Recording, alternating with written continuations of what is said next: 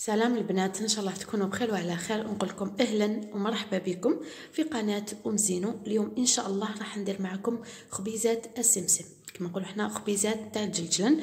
هما عباره عن خبيزات لكن يجوا كي المملحات، يجوا محشيين بلا صوص ولا كما نقولوا حنا بالطون فرomاج. خبيزات بزاف بنان ويجوا خفاف. هنا كما راكم تشوفوا حطيت 2 كيسان تاع الفرينه غربلتهم. انا كيلت بهذا الكاس هذا كما راكم تشوفوا فيه. هاد الخبيزات حنحضروهم في 10 دقائق فقط. العجينه ما تحتاج الخمير بزاف هكذا باش تكون كامل سهله عليكم. كما قلت لكم 2 كيسان تاع الفرينه لازم تغربلوها. نحطوا كاس تاع الحليب لازم يكون دافي، نزيد كاس تاع الماء دافي. حطيت كاس تاع الحليب دافي، دوك نزيد كاس تاع الماء كما قلت لكم دافي.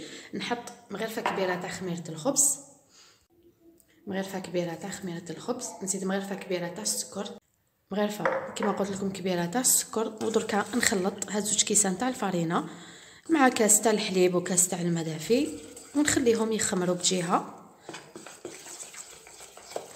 هكذا. نخلطوهم مليح.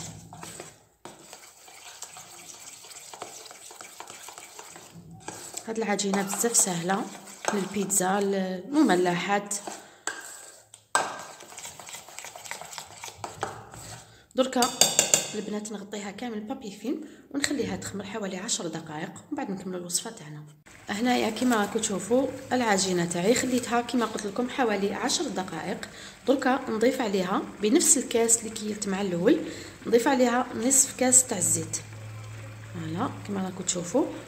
هنايا انا عندي تقريبا 4 كيسان ونص تاع الفرينه غربلتهم. نقدر نقول لك نستعمل بهم كامل العجينه، نقدر نقول لك نخلي منهم شويه لان كاين نوعيه تاع الفرينه، كاين اللي تشرب وكاين اللي ما تشربش. فوالا دركا نبدا ندير في الفرينه ونحط الملح. الملح نحطو هنايا مغرفه صغيره تكون معمره مليح تاع الملح هكذا يا البنات. الا كانت عندك بيتخان تقدري تستعمليها لهاد العجينه في البيتخان، ولا كان ما عندكش تقدري تستعملي يدك ما كاش مشكل. دوك هكذا حتى نطمها كامل. هنا كما راكم تشوفوا البنات ما ديتش الفرينه كما نقولوا حنا ما درتش الفرينه كامل 4 كيسان ونص، خليت تقريبا كاس سما درت 3 كيسان ونص تاع الفرينه لان الفرينه تاعي انايا تشرب شويه. دركا نحيها كما راكم تشوفوا ندلكها شويه كحوالي 2 دقائق اسمها تنطم.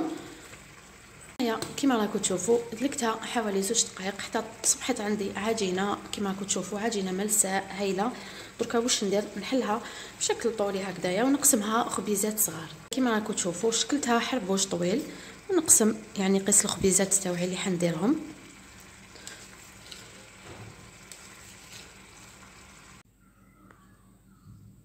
كما راكم تشوفوا بعد ما شكلتهم كامل الكرات كما قلت لكم درتهم خبيزات هكذا كما راكم تشوفوا على شكل طولي. انا واش راح ندير دوك هنا عندي سمسم اي جلجلان، عندي الحليب تقدري تستعملي الحليب تقدري ديري صفار تاع البيض. انا اخترت الحليب هكذاك باش يجيني لا كولور تاعهم شابه من الفوق. دركا واش ندير ندهن الخبيزات تاعي من الفوق هكذا بالحليب هكذا كما راكم تشوفوا ونديرهم في الجلجلان غير من الفوق فقط بهذه الطريقه. نخليهم هكذا كما راكم تشوفوا ونخليهم يخمروا حوالي 5 دقائق. بعد 5 دقائق نوري لكم كيفاش كما نقولوا حنا نشكلهم وندير لهم الحشوه تاعهم.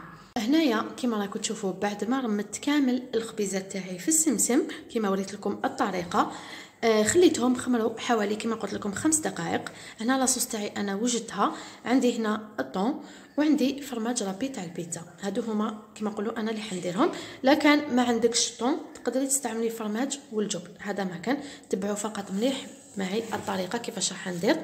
نحكم خبيزه هاي لك ندير هكايا في الوسط كما نقولوا حنا حفره في الوسط هكا بالاصبع فقط باش ندير الحشو تاعي هكذا كما راكم تشوفوا. فوالا درك انا واش ندير نعمرها بلا صوص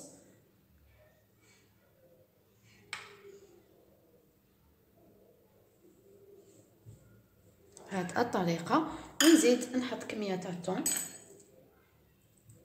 هنايا تقدري الفرماج ديريه دوك ولا حبيتي حتى وين تخرجيهم كما حبيتي